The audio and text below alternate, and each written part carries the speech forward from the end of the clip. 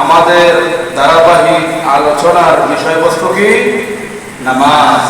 সবাই বলুন কি? নামাজ। এখন এই নামাজ এটা হলো ফার্সি শব্দ, আরবিতে কি বলে? সালাত। আরবিতে কি বলে? সালাত। এখন সালাতের অনেক অর্থ পবিত্র কোরআন শরীফে আছে। সালাত শব্দটি বহু অর্থে ব্যবহৃত হয়। এই জন্য একজন কবি বলেন, সালাত মানাদার লগাত চার, সালাত মানাদার লগাত চার, দুআ দুরুদ ওয়া রাহমাত ওয়া ইস্তিগফার, দুআ ওয়া দুরুদ রাহমাত ওয়া ইস্তিগফার।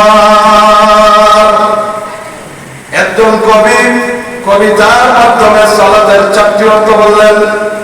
সালাত শব্দের অর্থ হলো দোয়া, সালাত শব্দের অর্থ হলো দুরুদ, সালাত শব্দের অর্থ হলো রহমত, সালাত শব্দের অর্থ হলো ইস্তিগফার। পবিত্র কোরআন শরীফে সালাতের আরো 12টি অর্থ পাওয়া যায়।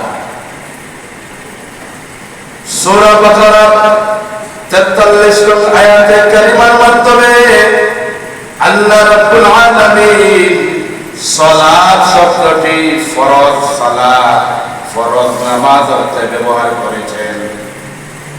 আবার সূরা বাকারার 157 নং আয়াতে কারিমার মাধ্যমে আল্লাহ রাব্বুল আলামিন সালাত শব্দটির অনুগ্রহ অর্থে ব্যবহার করেছেন।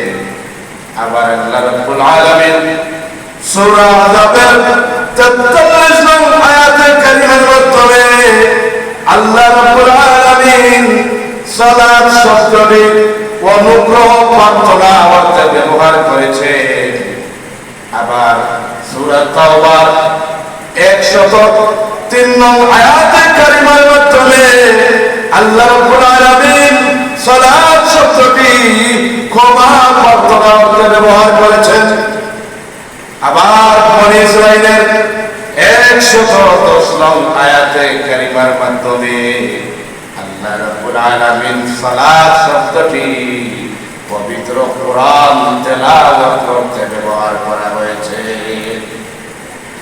আবার সূরা নিসা 110 নং আয়াতে কারিমার মাধ্যমে আল্লাহ রাব্বুল আলামিন সালাত শব্দটি ভয়ের নামাজ, খাউফুস সালাত অর্থে ব্যবহার করা হয়েছে। আবার সূরা তাওবা 84 নং আয়াতে কারিমার মাধ্যমে আল্লাহ রাব্বুল আলামিন সালাত শব্দটি জানাজার নামাজ অর্থে ব্যবহার করা হয়েছে। আবার সূরা জুমার 9 নং আয়াতে কারিমার মাধ্যমে আল্লাহ রাব্বুল আলামিন সালাত শব্দটি জুমার সালাত অর্থে ব্যবহার করা হয়েছে। আবার সূরা মায়দার 58 নং আয়াতে কারিমার মাধ্যমে আল্লাহ রাব্বুল আলামিন সালাত শব্দটা নামাজের জামাত অর্থে ব্যবহার করেছেন। আবার সূরা হজ্জের 40 নং আয়াতে কারিমার মাধ্যমে আল্লাহ রাব্বুল আলামিন সালাত শব্দটি ইবাদতের স্থান অর্থে ব্যবহার করা হয়েছে। আবার সূরা আযাবের 56 নং আয়াতে কারিমার মাধ্যমে আল্লাহ রাব্বুল আলামিন সালাত শব্দটা দুরূদ অর্থে ব্যবহার করেছে। আবার সূরা হুদের 87 নং আয়াতে কারিমার মাধ্যমে আল্লাহ রাব্বুল আলামিন সালাত শব্দটা দিনদারি অর্থে ব্যবহার করেছে। সবাই বলুন সুবহানাল্লাহ। তাহলে বোঝা গেল সালাত শব্দটির অনেক অর্থ আছে। এই সালাত শব্দটি অনেক অর্থবোধক, অনেক অর্থ আছে। তাহলে সালাত শব্দটি বহু অর্থে ব্যবহৃত হয়, ঠিক কিনা? এই জন্য আমি শুধুমাত্র আয়াতে কারিমার রেফারেন্স দিলাম, কিন্তু ব্যাখ্যামূলক কথা বলা আমাদের এই মুজমার মধ্যে সম্ভব নয়, কারণ আমাদের মাত্র আধা ঘন্টার সময় পাওয়া যায়, 40-45 মিনিট আমরা সময় পাই।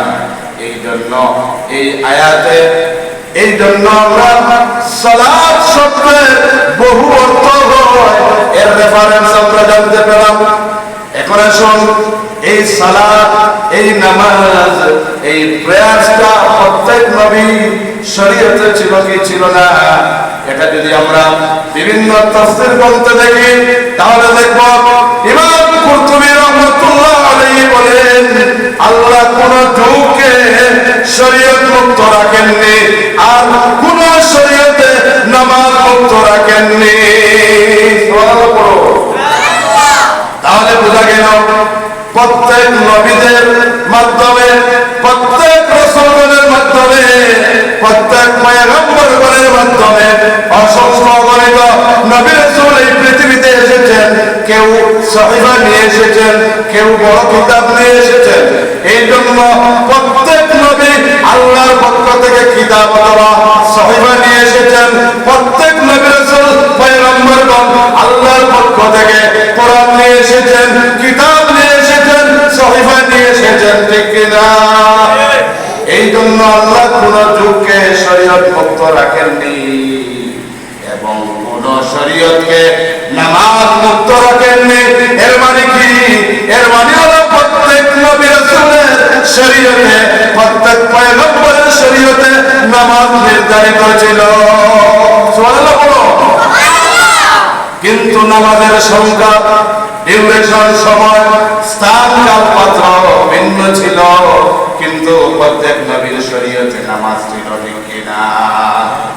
এই জন্য একটা গবেষণা করা হয়েছে, কোরআন শরীফে সালাত শব্দটা 100 বার ব্যবহার করা হয়েছে।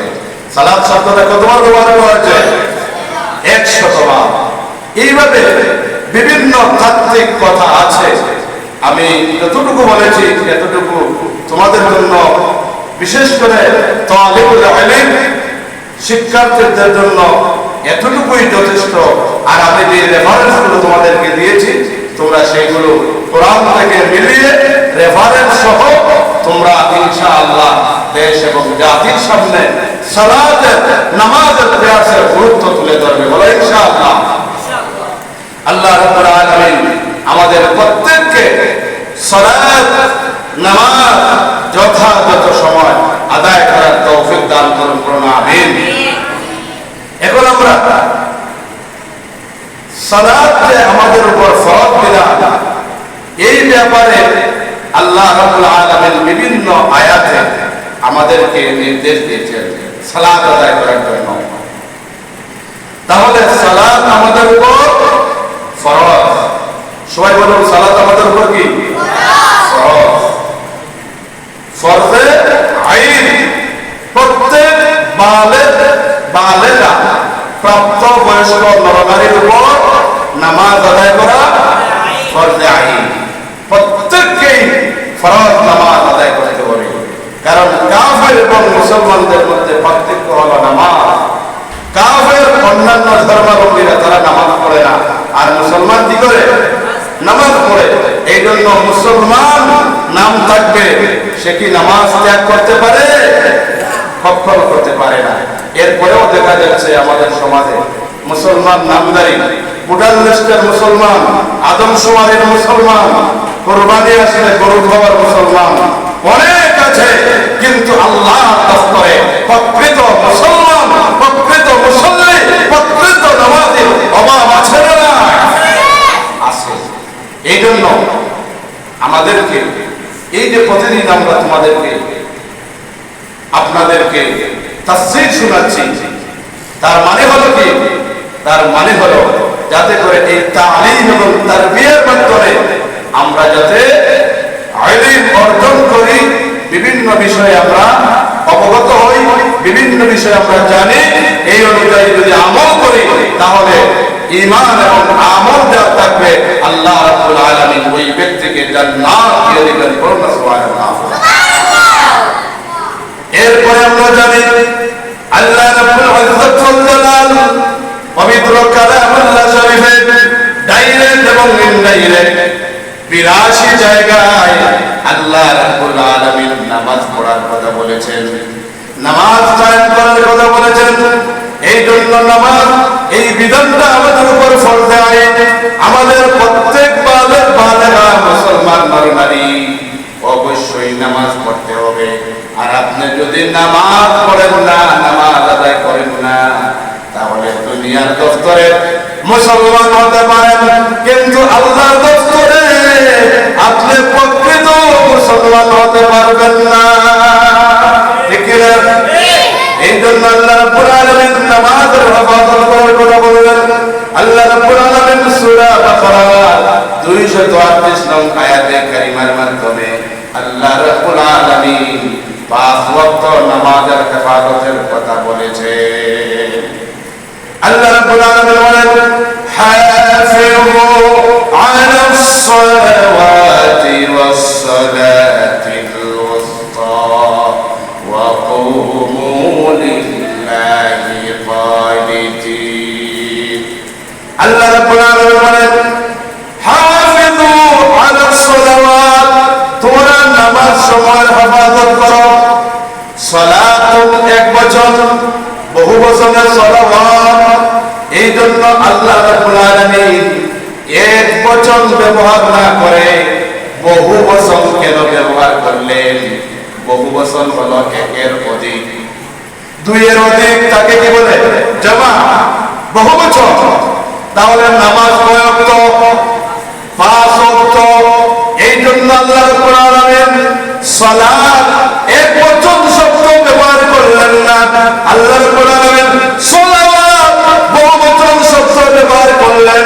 এর মানে আল্লাহ রাব্বুল আলামিন আমাদেরকে নির্দেশ দিলেন যে হাফিজু আলাস সালাওয়াত, তোমরা 5 ওয়াক্ত নামাজের হেফাজত করো। সুবহানাল্লাহ। তাহলে আল্লাহ রাব্বুল আলামিন আমাদেরকে 5 ওয়াক্ত নামাজের হেফাজতের কথা বললেন। এরপরে আল্লাহ রাব্বুল আলামিন বলেন, ওয়াস সালাতিল উসতা, বিশেষ করে মধ্যবর্তী নামাজের হেফাজত করো। এখন প্রশ্ন আসতে পারে, আল্লাহ রাব্বুল আলামিন আয়াতে কারিমার শুরুতে বললেন 5 ওয়াক্ত নামাজের হেফাজতের কথা, কিন্তু আবার মধ্যবর্তী নামাজের হেফাজতের কথা কেন বললেন? মধ্যবর্তী নামাজ কোন নামাজ? মুফাসসিরিনে কেরাম এবং বিভিন্ন হাদিস থেকে পাওয়া যায় মধ্যবর্তী নামাজ হলো সালাতুল উসতা, সালাতুল আসর। তাহলে মধ্যবর্তী নামাজ কোন নামাজ? সালাতুল আসর। তাহলে আল্লাহ রাব্বুল আলামিন 5 ওয়াক্ত নামাজের কথা বলার পর আবার কেন মধ্যবর্তী নামাজ আসরের নামাজের কথা বললেন? এর মধ্যে হিকমত আছে না? আছে। তার কারণ হলো সাহাবায়ে কেরাম আসরের সময় কর্মব্যস্ততার কারণে আসরের সালাত বিলম্ব করে ফেলতেন। মাগরিবের কাছাকাছি সময় অতিক্রম হয়ে যেত। এই জন্য আপনি দেখবেন সমাজের মধ্যে সবচেয়ে মানুষের ব্যস্ততম সময় হলো আসরের সময়, ঠিক না? কারণ ওই সময় দিবসের শেষ প্রান্ত। কারণ দিনে মানুষ বিভিন্ন কাজ কারবার করে, বিভিন্ন ব্যবসা বাণিজ্য করে, কলকারখানা পরিচালনা করে, প্রতিষ্ঠান পরিচালনা করে। এক কথায় অফিসিয়ালি রাজনৈতিক, অর্থনৈতিক, সমাজনীতি, পারিবারিক নীতি, ওই সমস্ত নীতিমালার বেশিরভাগ সিংহভাগ কাজ মানুষ দিনের বেলা করে, ঠিক না? কিন্তু দিনের শেষ ভাগ আসরের সময়। এখন দেখা গেছে সাহাবায়ে কেরাম দুনিয়ার বিভিন্ন কর্মব্যস্ততার কারণে আসরের নামাজ বিলম্ব করে ফেলতেন। মাগরিবের সময়ের উপক্রম হয়ে যেত, মাগরিবের সময়টা নিকটবর্তী হয়ে যেত। এই জন্য আল্লাহ রাব্বুল আলামিন আয়াত নাযিল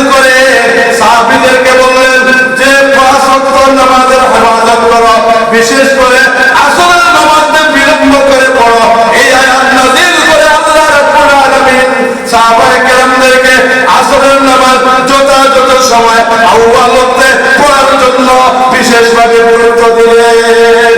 সুবহানাল্লাহ। এই আয়াতে কারিমা নাযিল হওয়ার পর থেকে আর সাহাবায়ে কেরাম আসরের নামাজ আর দেরি করে বিলম্ব করে পড়েন নাই। সুবহানাল্লাহ। তাহলে সেই নবী এবং সাহাবাদের উত্তরসূরি আমরা যারা আছি, আমরা যারা ফলোয়ার, আমরা যারা অনুসারী, আমরা যারা মুসলিম, আমাদেরকেও আসরের নামাজ যথাযথ সময় বক্তব্য সময় মতো করতে হবে, ঠিক না? এরপরে আল্লাহ রাব্বুল আলামিন বললেন ওয়া কুমু লিল্লাহি কানিতিন। আল্লাহ রাব্বুল আলামিন বলেন যখন তোমরা নামাজের মধ্যে দাঁড়িয়ে যাবে, যখন তোমরা নামাজের মধ্যে দাঁড়াবে, তখন তোমরা বিনয় চিত্তে বিনয়বনত হইয়া আল্লাহকে ভয় করে আল্লাহকে রাজি খুশি করার জন্য একেবারে জান্নাতি ভদ্রভাবে নম্রভাবে বিনীতভাবে আল্লাহর সামনে দাঁড়াও। সুবহানাল্লাহ বলুন। এখানে একটা প্রেক্ষাপট আছে, কারণ আল্লাহর রাসূল সাল্লাল্লাহু আলাইহি ওয়াসাল্লামের জামানায় নামাজের মধ্যে মানুষ গুরুত্বপূর্ণ কথা বলতো, নামাজের মধ্যে সালাম দিত, নামাজের মধ্যে সালামের জবাব দেওয়া হতো। কিন্তু আল্লাহ রাব্বুল আলামিন অত্র আয়াতে কারিমা যখন নাযিল করলেন, অত্র আয়াতে কারিমা নাযিল করার মাধ্যমে আল্লাহ রাব্বুল আলামিন নামাজে যখন তাকবীরে তাহরিমা বেঁধে আপনি যখন নামাজে দাঁড়াবেন, তখন দুনিয়ার সকল কাজ আপনার জন্য হারাম করা হলো, ঠিক না? এই আয়াতে কারিমা নাযিল হওয়ার পরে সাহাবায়ে কেরাম রিদওয়ানুল্লাহি তাআলা আলাইহিম আজমাইন কোনদিন নামাজের মধ্যে আর কথাবার্তা বললেন নাই। আর কোন কথাবার্তা সাহাবায়ে কেরাম নামাজের মধ্যে বলেন নাই। এই আয়াতে কারিমার মাধ্যমে নামাজের ভিতর কথা বলা হারাম ঘোষণা করা হয়েছে। এখন যদি কেউ নামাজের ভিতরে কথা বলে তার নামাজ হবে, নামাজ ফাসিদ হয়ে যাবে, নামাজ ভঙ্গ হয়ে যাবে। এই জন্য এই আয়াতে কারিমা একটা গুরুত্বপূর্ণ জিনিস, গুরুত্বপূর্ণ মেসেজ আমরা এই আয়াতে কারিমা থেকে পেলাম, ঠিক না?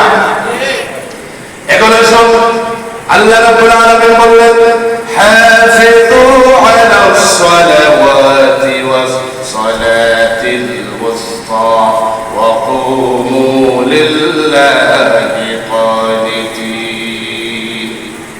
আল্লাহ রাব্বুল আলামিন বললেন নামাজ সময় হেফাজত করো, বিশেষ করে মধ্যবর্তী নামাজের হেফাজত করো। আর যখন নামাজের মধ্যে দাঁড়িয়ে যাবে, আল্লাহর সামনে যখন দণ্ডবান হয়ে যাবে, তখন আল্লাহ বেঁচে নিয়ে পরকালীন জবাবদিহিতার ভয় নিয়ে আল্লাহকে রাজি খুশি করার জন্য একেবারে জান্নাতে বিনীত হইয়া আল্লাহর সামনে দাঁড়াও। এখন আল্লাহ যে বললেন নামাজ হেফাজত করো, এই নামাজ হেফাজতের অর্থ তাফসীরে ইবনে কাসির সহ বিভিন্ন বড় বড় তাফসীরে যেই কথাটি বলা হয়েছে, মাফহুম যেই কথাটি কিতাবের মধ্যে উল্লেখ করা হয়েছে, আমাল মুহাফাজা হাফিজু আলা সালাওয়াত, অর্থাৎ নামাজের হেফাজত। নামাজের হেফাজত কি? আল মুহাফাজাতু আলা ওয়াক্তিহা। আল্লাহ বললেন নামাজের হেফাজত করো। তাহলে নামাজের হেফাজত অর্থ হলো তাফসীর ইবনে কাসির সহ বিভিন্ন তাফসীর গ্রন্থে বলা হয়েছে যে আল মুহাফাজাতু আলা ওয়াক্তিহা, নামাজ হেফাজতের অর্থ হলো সময় মতো নির্ধারিত সময়, নির্দিষ্ট সময় 5 ওয়াক্ত নামাজ আদায় করা। বলুন না সুবহানাল্লাহ। তাহলে নামাজ হেফাজতের অর্থ বুঝতে পারছেন? আসুন এখন নামাজের হেফাজত করার অর্থ আমরা বিভিন্ন তাফসীর থেকে জানলাম যে নামাজ হেফাজতের অর্থ হলো আল মুহাফাজাতু আলা ওয়াক্তিহা, নির্দিষ্ট সময়, নির্ধারিত সময় নামাজ আদায় করে। এখন আমরা কোরআন হাদিস থেকে দলিল এই কথার পিছনে কি দলিল আছে, কি প্রমাণ আছে, কি প্রুফ আছে? আল্লাহ রাব্বুল আলামিন সূরাতুন নিসা 103 নং আয়াতে কারিমা ইরশাদ করেন, ইন্নাস সালাতা কানাত আলাল মুমিনিনা কিতাবাম মাওকুতা। আল্লাহ রাব্বুল আলামিন বলেন, নিশ্চয় নামাজ প্রত্যেক মুমিন মুসলমান নরনারীর উপর নির্ধারিত সময়, নির্দিষ্ট সময় ওয়াক্ত মতো আদায় করা মাওকুতা আয় মাফরুদা ফরজ। এই জন্য নির্দিষ্ট সময়, নির্ধারিত সময় ওয়াক্ত মতো 5 ওয়াক্ত নামাজ আদায় করা মুমিন মুসলমানের উপর ফরজ। বুঝেছে? তাহলে আল্লাহ যে বললেন হাফিজু আলাস সালাওয়াত, তোমরা নামাজ সময় হেফাজত করো, তাহলে নামাজ সময় হেফাজতের অর্থ কি? নির্দিষ্ট সময়, নির্ধারিত সময় ওয়াক্ত মতো নামাজ আদায় করা। আর তার দলিল হলো সূরা নিসার 103 নং আয়াত। এখন আমরা হাদিস থেকে দলিল দেব। একজন জলিলুল কদর সাহাবী আল্লাহর নবীকে প্রশ্ন করলেন, আইয়ুল আমালি আফদালু? ক্বালা আস-সালাতু আলা ওয়াক্তিহা। একজন সাহাবী আল্লাহর নবীকে প্রশ্ন করলেন, ইয়া রাসূলুল্লাহ, কোন আমলটা সবচাইতে আফদল, সবচাইতে উত্তম, সবচাইতে ভালো, সর্বোত্তম আমল কোনটি? আল্লাহর নবী বলেন, আস-সালাতু আলা ওয়াক্তিহা। ওয়াক্ত মতো নির্ধারিত সময়, নির্দিষ্ট সময় সালাত আদায় করা সর্বোত্তম আমল। তাহলে বোঝা গেল নির্দিষ্ট সময়, নির্ধারিত সময় ওয়াক্ত মতো সময় মতো নামাজ আদায় করা, এটা হলো সবচাইতে আফদল, সর্বোত্তম আমল। সুবহানাল্লাহ বলো। আরেকজন জলিলুল কদর সাহাবী আল্লাহর নবীকে প্রশ্ন করলেন, আইয়ুল আমালি আহাব্বু ইলাল্লাহ? ক্বালা আস-সালাতু লিওয়াক্তিহা। আল্লাহর নবীর কাছে একজন জলিলুল কদর সাহাবী প্রশ্ন করলেন, ইয়া রাসূলুল্লাহ, আল্লাহ রাব্বুল আলামিনের কাছে কোন আমলটা সবচাইতে প্রিয়, কোন আমলটা সবচাইতে ভালো? আইয়ুল আমালি আহাব্বু ইলাল্লাহ? আল্লাহ রাব্বুল আলামিন কোন আমলটা সবচাইতে বেশি ভালোবাসেন, কোন আমলটা সবচাইতে বেশি আল্লাহ মহব্বত করেন, কোন আমল বান্দা করলে আল্লাহ রাব্বুল আলামিন তার ভালোবাসা বান্দার জন্য অর্পণ করে দিবেন, কোন আমলটা বান্দা করলে আল্লাহ রাব্বুল আলামিন তাকে ভালোবাসবেন, মহব্বত করেন। আল্লাহর নিকট ভালোবাসার আমল হলো, আল্লাহর নবী বলেছেন, আস-সালাতু লিওয়াক্তিহা। নির্ধারিত সময়, নির্দিষ্ট সময়, টাইম মতো, ওয়াক্ত মতো নামাজ আদায় করা আল্লাহর কাছে সবচাইতে প্রিয় আমল। সুবহানাল্লাহ বলবেন না? এই জন্য নামাজের গুরুত্ব আছে না নাই? নামাজের গুরুত্ব অনেক। এই জন্য আমি আজকে নামাজের শাব্দিক অর্থ বললাম। নামাজ কয়টি অর্থে ব্যবহৃত হয়? সালাত শব্দটি কয়টি অর্থে ব্যবহৃত হয়? কোরআনের দলিল দিয়া, রেফারেন্স দিয়া বললাম। এরপরে আল্লাহ রাব্বুল আলামিন আমাদের উপর নামাজ ফরজ করলেন, সেটাও দলিল দিয়ে বললাম। এছাড়াও আরো নামাজের অনেক গুরুত্ব, নামাজের অনেক আহমিয়ত, নামাজের অনেক মর্যাদামূলক কোরআন সুন্নাহর মধ্যে অনেক দলিল আদিল্লাহ আছে। ইনশাআল্লাহ গ্র্যাজুয়ালি আমরা 2-1 দিনের ভিতরে আমরা সবগুলো বলার চেষ্টা করব, বলুন ইনশাআল্লাহ। তাহলে নামাজ যে আমাদের উপর ফরজ, এখানে উল্লেখযোগ্য কয়েকটি আয়াতে কারিমা আপনাদের সম্মুখে তেলাওয়াত করব। এর মধ্যে একটি আয়াতে কারিমা সূরাতুল বাকারা 238 নং আয়াতে কারিমা। এই আয়াতে কারিমার মাধ্যমে আল্লাহ রাব্বুল আলামিন আমাদেরকে 5 ওয়াক্ত নামাজের হেফাজতের কথা বললেন। তাহলে এই আয়াতে কারিমা থেকে আমাদের কাছে দিবালুকের নিয়ে সুস্পষ্ট আমাদের উপর কয় ওয়াক্ত নামাজ ফরজ? 5 ওয়াক্ত। এখন এসব আল্লাহ রাব্বুল আলামিন সূরাতুল হুদের 114 নং আয়াতে কারিমা ইরশাদ করেন, ওয়া আকিমিস সালাতা ওয়া আকিমিস সালাতা তারাফাইন নাহারি ওয়া যুলাফান মিনাল লাইল ইন্নাল হাসানাতি ইউযহিবনা সাইয়্যাত যালিকা যিকরা লিল-যাকিরিন। আমার সাথে সবাই বলুন, আল্লাহ রাব্বুল আলামিন নামাজের গুরুত্ব সম্পর্কে সূরাতুল হুদের 114 নং আয়াতে কারিমা ইরশাদ করেন, ওয়া আকিমিস সালাতা তারাফাইন নাহারি ওয়া যুলাফান মিনাল লাইল ইন্নাল হাসানাতি ইউযহিবনা সাইয়্যাত যালিকা যিকরা লিল-যাকিরিন। আল্লাহু আকবার। আল্লাহ রাব্বুল আলামিন বলেন, ওয়া আকিমিস সালাত, তোমরা নামাজ কায়েম করো, তারাফাইন নাহার, দিবসের দুই প্রান্তে, তোমরা দিনের দুই প্রান্তে নামাজ কায়েম করো, ওয়া যুলাফান মিনাল লাইল, এবং রাতের কিছু অংশে তোমরা নামাজ কায়েম করো।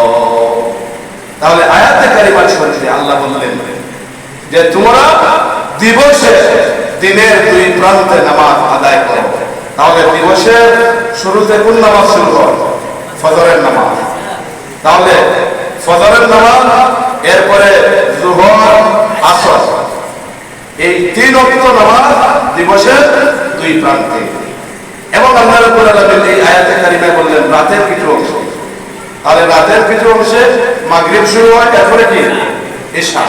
তাহলে সূরা হুদের 114 নং আয়াতে কারিমার মাধ্যমে আল্লাহ রাব্বুল আলামিন 5 ওয়াক্ত নামাজ কায়েম করার কথা বললেন, 5 ওয়াক্ত নামাজ প্রতিষ্ঠা করার কথা বললেন। ঠিক কি না? এই জন্য আল্লাহ রাব্বুল আলামিন সূরাতুল হুদের 114 নং আয়াতে কারিমা ইরশাদ করেন, ওয়া আকিমিস সালাতা তারাফাইন নাহারি ওয়া যুলাফান মিনাল লাইল ইন্নাল হাসানাতি ইউযহিবনা সাইয়্যাত যালিকা যিকরা লিল-যাকিরিন। আল্লাহ রাব্বুল আলামিন বলেন, তোমরা দিনের দুই প্রান্তে, দিবসের দুই প্রান্তে নামাজ কায়েম করো এবং রাতের কিছু অংশে নামাজ কায়েম করো। নিশ্চয় ইন্নাল হাসানাত, নিশ্চয় পূর্ণ কাজ, নিশ্চয় ভালো কাজ, নিশ্চয় নামাজ এবং পূর্ণ কাজ ইউযহিবনা সাইয়্যাত, ব্যক্তির বান্দার গুনাহ মোচন করে দেয়। সুবহানাল্লাহ। এই জন্য বান্দা যখন কোনো ভালো কাজ করবে, এই ভালো কাজের বিনিময়ে আল্লাহ রাব্বুল আলামিন বান্দার গুনাহ খাতা মাফ করে দিবে। সুবহানাল্লাহ বলো। দলিল কি?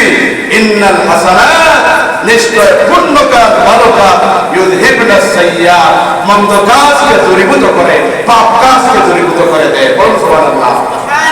তাহলে আমরা যত ভালো কাজ করব, এই ভালো কাজের মাধ্যমে আমাদের নামামলের মন্দ কাজকে আল্লাহ দূরীভূত করে দিবেন। বলুন সুবহানাল্লাহ।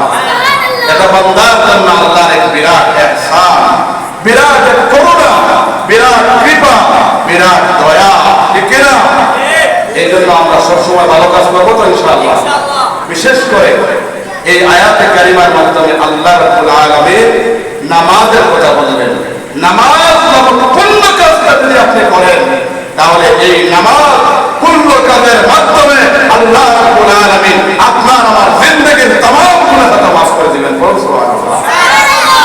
যাই হোক, আমাদের সময় হয়ে গেছে। ইনশাআল্লাহ আগামীতে আমি আর কথা বলবো। এই আয়াতের সাথে একটা সংশ্লিষ্ট ছোট্ট একটি ঘটনা আছে, বিস্তারিত এবং ব্যাখ্যা সুলভ না বলে একেবারে মুলাহাদাত স্বরূপ সংক্ষেপে বলছি। ইন্নাল হাসানাতি ইউযহিবনাস সাইয়্যাত, আল্লাহ বলেন নিশ্চয় পুণ্য কাজ, ভালো কাজ, এই নামাজ মন্দ কাজকে মোচন করে দেয়, মন্দ কাজকে মিটিয়ে দেয়। এই আয়াতে কারিমার সাথে একটা শানে উরুদ আছে, একটা নাজিলের প্রেক্ষাপট আছে। আমরা বিভিন্ন গ্রন্থের বিভিন্ন ভাবে ব্যাখ্যা বিশ্লেষণ করা হয়েছে। আমি সব কিছুর সমন্বয়ে ঘটনাটি বলতে চাই।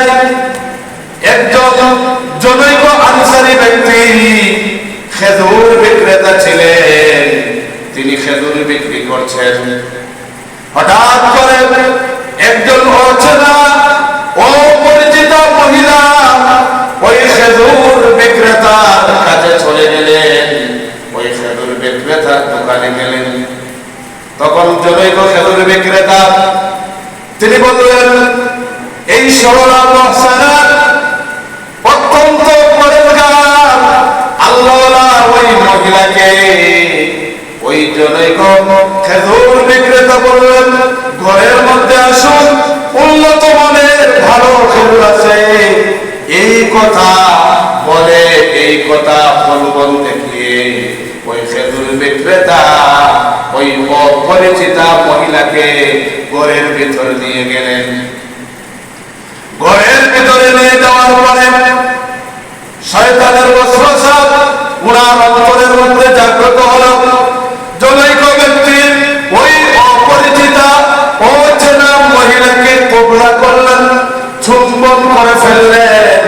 কিন্তু মহিলাটি বড় ধার্মিক ছিল, মহিলাটি বড় সব মহিলা ছিল, সতী সাধবী মুহসানাত মহিলা ছিল।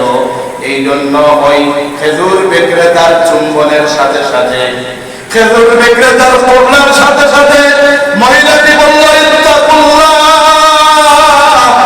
হে খেজুর বিক্রেতা, আল্লাহকে ভয় করো, আল্লাহকে ভয় করে এই ধরনের অপকর্ম থেকে তুমি নিবৃত্ত হও। এই কথা বলার সাথে সাথে জনৈক আনসারী ব্যক্তি খেজুর বিক্রেতার অন্তরের মধ্যে তওবার জোশ মারল। লোকটা বুঝতে পারলো যে আমি অপরাধ করে ফেলেছি, এটা আমার করা ঠিক হয়ে নাই। ওই লোকটার সাথে সাথে বিশ্ব নবী, দয়ার নবী, উম্মতের খানদানি নবী হযরত মুহাম্মদুর রাসূলুল্লাহ সাল্লাল্লাহু আলাইহি ওয়াসাল্লামের কাছে দৌড়ে আসলো। আল্লাহর নবীর কাছে এসে বলল, ইয়া রাসূলুল্লাহ, ইয়া হাবিবাল্লাহ, ইন্নী আসাবতু হাদ্দান ফাআকিমহু আলাইয়া। ওগো আল্লাহর নবী, আমি হকযোগ্য অপরাধ করে ফেলেছি। আমি ইসলামী বিধানের শাস্তিযোগ্য হকযোগ্য শরীয়ত সিদ্ধ হকযোগ্য অপরাধ করে ফেলেছি। আমাকে ইসলামী শরিয়া অনুযায়ী আমার উপর ইসলামের দণ্ডবিধি আমার উপর কায়েম করুন। ইসলামের দণ্ডবিধি হলো যে অবিবাহিত কোন পুরুষ এবং নারী যদি জিনায় লিপ্ত হয় তাহলে তাকে কয়টা বেত্রাঘাত দিতে হবে? 80টা। 80টা দুর্গা দিতে হবে জিনার শাস্তি। আর চুরের শাস্তি কি? হাত কেটে দেওয়া।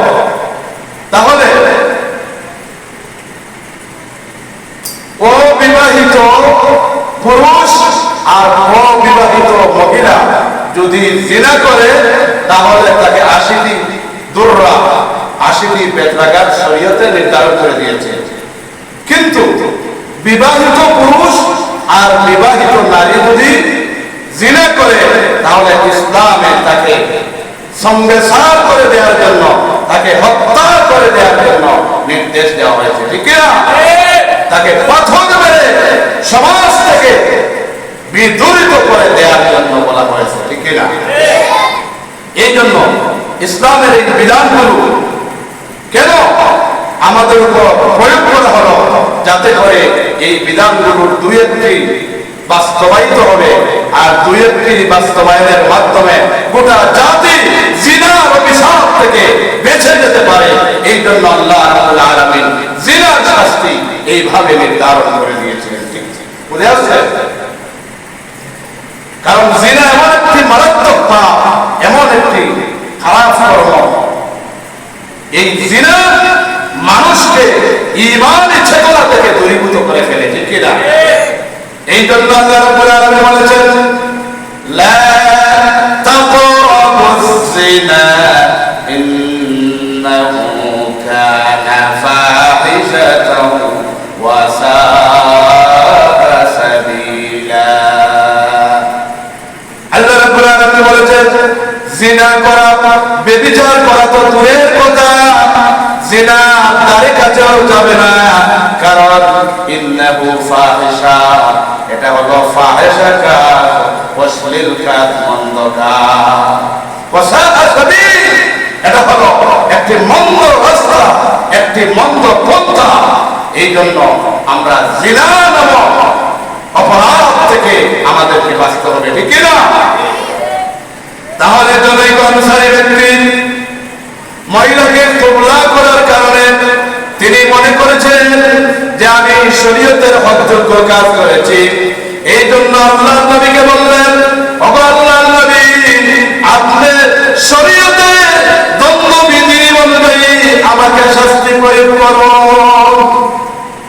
কিন্তু লোকটি আসরের নামাজের আগে আল্লাহর নবীকে ওই কথাটি বললেন, কিন্তু আল্লাহর নবী কোনো কথা বললেন না। আল্লাহর নবী ফয়সালা দিতে গেলেন, শরীয়তের কোন ফয়সালা দিতে গেলেন, আল্লাহর নবী ওহীর অপেক্ষা করতেন। কিসের অপেক্ষা করতেন? ওহীর অপেক্ষা।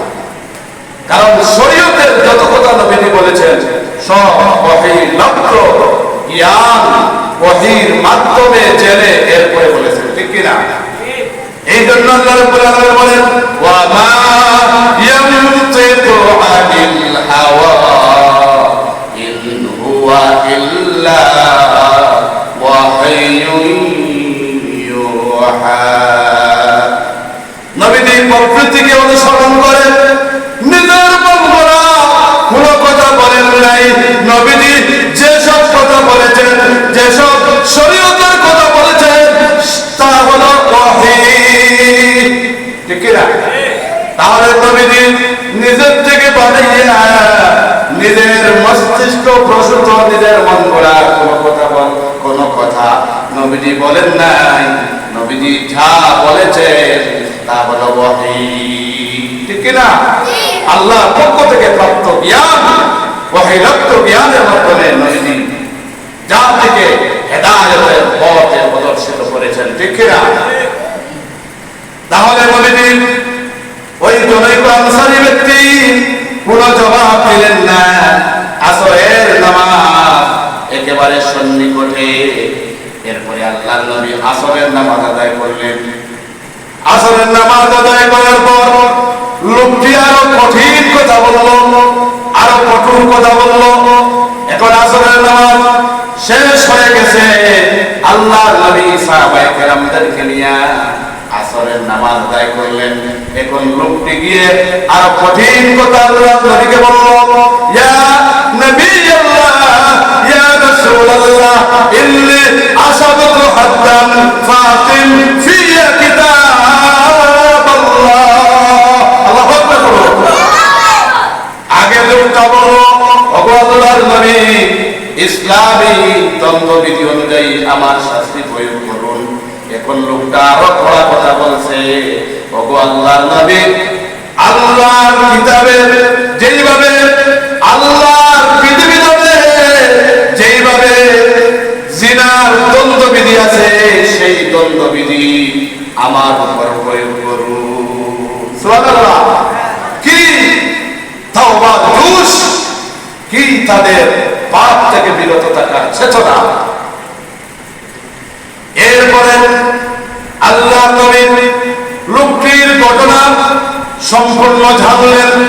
জানার পর আল্লাহর নবী যুবকের প্রশ্নের জবাবে বললেন, ক্বালা আলাইসা ক্বাদ সাল্লাইতা মা'আনা, ক্বালা না'ম, ক্বালা ফাইন্নাল্লাহা ক্বাদ গফারা লাকা যামবাকা আও হাদ্দাকা, রাওয়াহুল বুখারী ওয়াল মুসলিম। আল্লাহু আকবার বলো। আল্লাহ তাআলা জনৈক আনসারী ব্যক্তি, জনৈক খেজুর বিক্রেতা ব্যক্তির জবাবে আল্লাহ নবী বললেন, হে জনৈক ব্যক্তি, আলাইসা কাদ সাল্লাইতা মা'আনা, তুমি কি আমাদের সাথে সালাত আদায় করনি? তুমি কি আমাদের সাথে নামাজ পড়নি? লোকটা বলল, না, নামাজ পড়েছি। আল্লাহ নবী বলেন, আল্লাহ রাব্বুল আলামিন এখন সূরাতুল হুদে 114 নং আয়াতে কারিমা নাযিল করে তোমাকে সুসংবাদ দিলেন যে নিশ্চয় আল্লাহ রাব্বুল আলামিন অপরিচিত মহিলাকে যে তুমি গুনাহ করেছিলে, চুম্বন করেছিলে, গুনার কাজ করেছিলে, এই গুনাহটা আল্লাহ রাব্বুল আলামিন নামাজের বিনিময়ে আল্লাহ রাব্বুল আলামিন তোমাকে ক্ষমা করে দিয়েছে। তোমার উপর শরীয়তের যে দণ্ডবিধি, যে শাস্তি ছিল, সেই শাস্তিও আল্লাহ রাব্বুল আলামিন ক্ষমা করে দিয়েছে। সুবহানাল্লাহ। তাহলে এই নামাজের গুরুত্ব আছে না নাই? এরপরে জনৈক ব্যক্তি আল্লাহর নবীকে প্রশ্ন করল, ইয়া রাসূলুল্লাহ, আলিহাযা, এই বিধানটা কি শুধুমাত্র আমার জন্য কি খাস নাকি? অর্থাৎ আমি এক অপরিচিত মহিলাকে কবুল করেছি, চুম্বন করেছি, এই ধরনের পাপ করেছি, এই পাপের বিনিময়ে আল্লাহ রাব্বুল আলামিন আমাকে নামাজের বিনিময়ে ক্ষমা করে দিলেন। আমার এই পাপটা নামাজের মাধ্যমে, নামাজ নামক পুণ্য কাজের মাধ্যমে মোচন করে দিলেন। এটা কি শুধুমাত্র আমার জন্য নির্ধারিত নাকি, আমার জন্য খাস নাকি? আল্লাহর নবী তার জবাবে বলেন, ক্বালা লিজামিই উম্মতি কুল্লিহিম। আল্লাহু আকবার বলো। আল্লাহ নবী বলেন, শুধুমাত্র এটা তোমার জন্য খাস নয়, আমার উম্মতের প্রত্যেক বান্দাদের জন্য, আমার উম্মতের প্রত্যেক অনুসারীর জন্য খাস। এই জন্য তোমার মাধ্যমে আমার আনেওয়ালা সকল উম্মত এই বিধানের অন্তর্ভুক্ত হইয়া যাইবে। সুবহানাল্লাহ।